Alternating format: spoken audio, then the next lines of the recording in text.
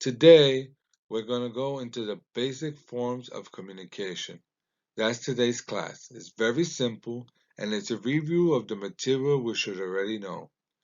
Now, basic forms of communication. La forma básica de comunicación. Now, when we're going to talk about communication, it could be different ways. It can be talking, it could be writing, it could be so many ways. But either way, however we want to communicate, we have to use something basic. And that basic forms of communication we know as language. Okay?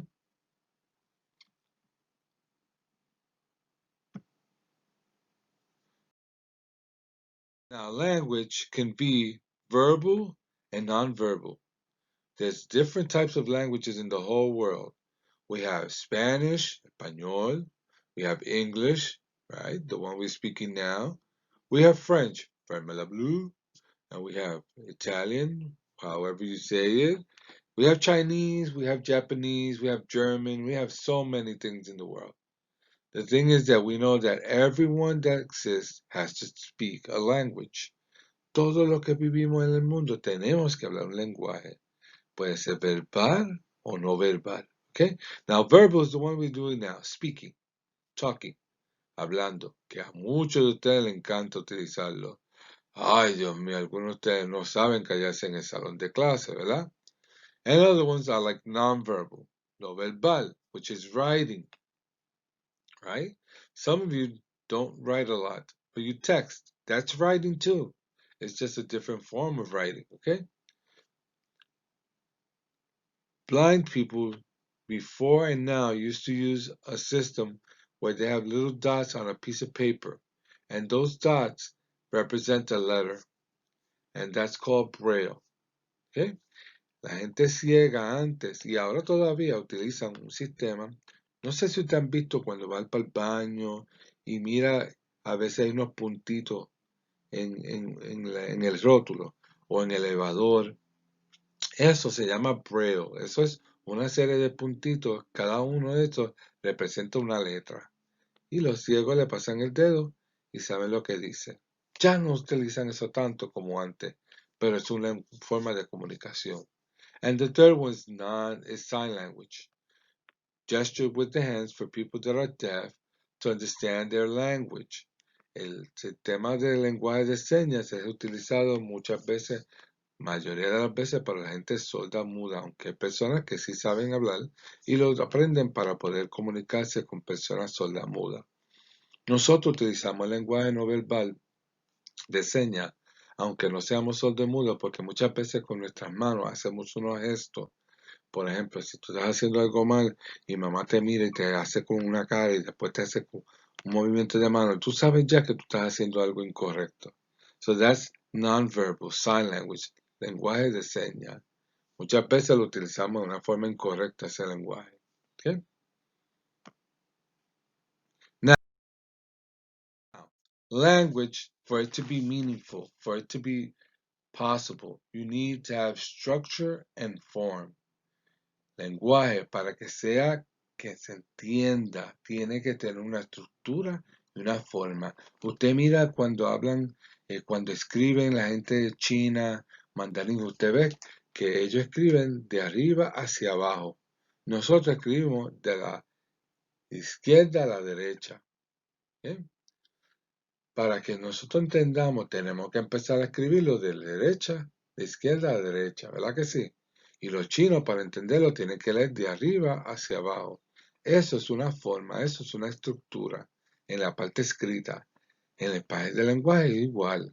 If I come right now and I say, Pedro, María, Vieques, beach, visit, um, hamburger, pizza, all of those are words and that's language. Todos son palabras, todos son lenguaje, but doesn't have a structure and a form. Pero no tiene una estructura y una forma. Now, if I come and say, Pedro and Maria decided to visit Vieques, they went to the beach. Beach was beautiful. They took with them a hamburger. Pedro ate hamburgers and Maria ate pizza. They had a lot of fun. Now, those words in a structure and a form has a meaningful thought, right? Cuando yo vengo ahora y cojo todas esas palabras y pongo María y Pedro decidieron ir el fin de semana a Vieques. Qué lindo era Vieques y decidieron irse a la playa. María tenía hambre y sacó una hamburguesa y Pedro sacó un pedazo de pizza que muchos disfrutaron. Ve, todas esas palabras que yo dije antes ahora tienen un sentido de pertinencia porque tienen un sentido. Y esa es la estructura y la forma. Okay? Now, when that thought is complete, we consider that a sentence. When it's incomplete, we consider that a fragment. Now, sentences, oraciones. No vamos a complicarnos la vida con unas definiciones larguísimas. Yo soy persona de ser que compendio, ¿sabes? Más pequeño. Y el sentences are complete thoughts, son pensamientos completos. Después que un pensamiento esté completo, es una oración. Now look at the examples. Brenda is my older sister. Lino plays basketball. The teacher gave us homework assignment.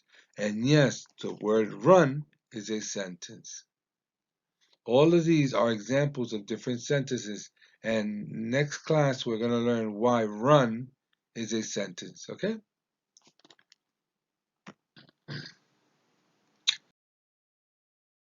Now, when it's not a sentence, it's a fragment.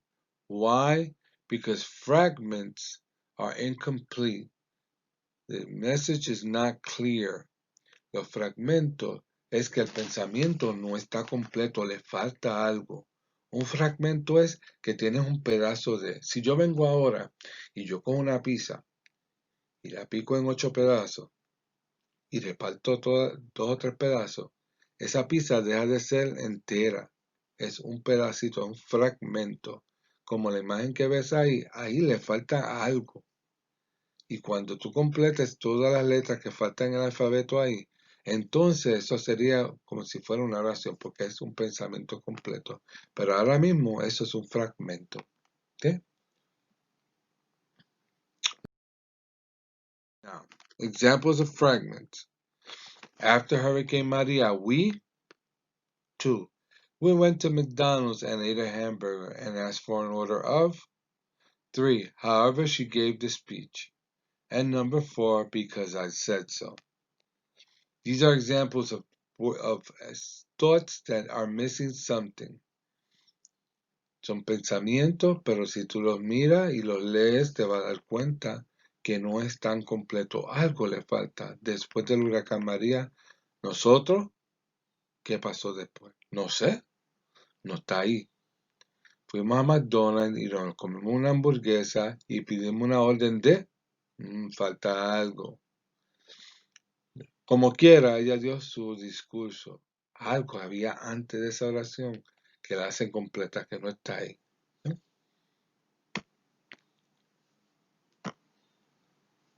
Now, we're going to do a series of exercises. You're going to look at the presentation and you see that there's 6 exercises. You're going to do them in your head. Read them, and in your head you're going to answer if it's a sentence or a fragment.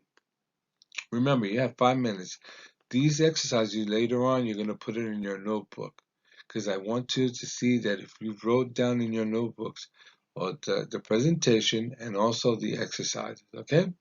But now just read them and just answer them in your head. Number 1, she broke her foot. Number 2, he ate it with.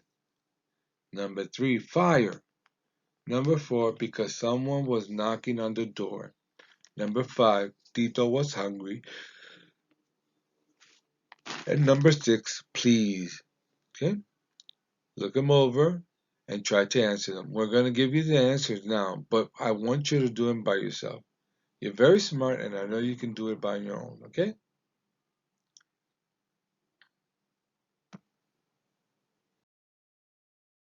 These are the answers to the exercise. Number 1, she broke her foot. Sentence, obviously, because the message is complete. Ella se rompió sus pies. Pensamiento completo es una oración, sentence. Number 2, he ate it with. With what? We don't know. That's why it's a fragment. Fire. That's a sentence. Why? Because it's a complete thought. If I say fire, fire, what are you going to do? Are you going to sit down and say, where? No. What are you going to do? You're going to run. That's a complete thought. And next week, in next class, we're going to explain why it's a sentence, okay? Number 4, because someone was knocking on the door.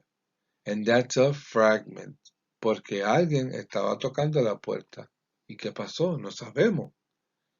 Algo pasó antes de ese pensamiento para hacerlo un pensamiento completo. Por eso es un fragmento. Number 5, Tito was hungry. That's a sentence. And last one is please. Y tú vas a decir, espérate, la 3 es oración y la 6 es un fragmento. ¿Por qué? Vamos a saber en la próxima clase. Okay? Next. Homework. You're going to complete the exercise in the WhatsApp chat. You have up to 4 in the afternoon to turn it in, okay? And I'm going to give you more explanation during the WhatsApp presentation so you will understand, okay? Have a nice day, students.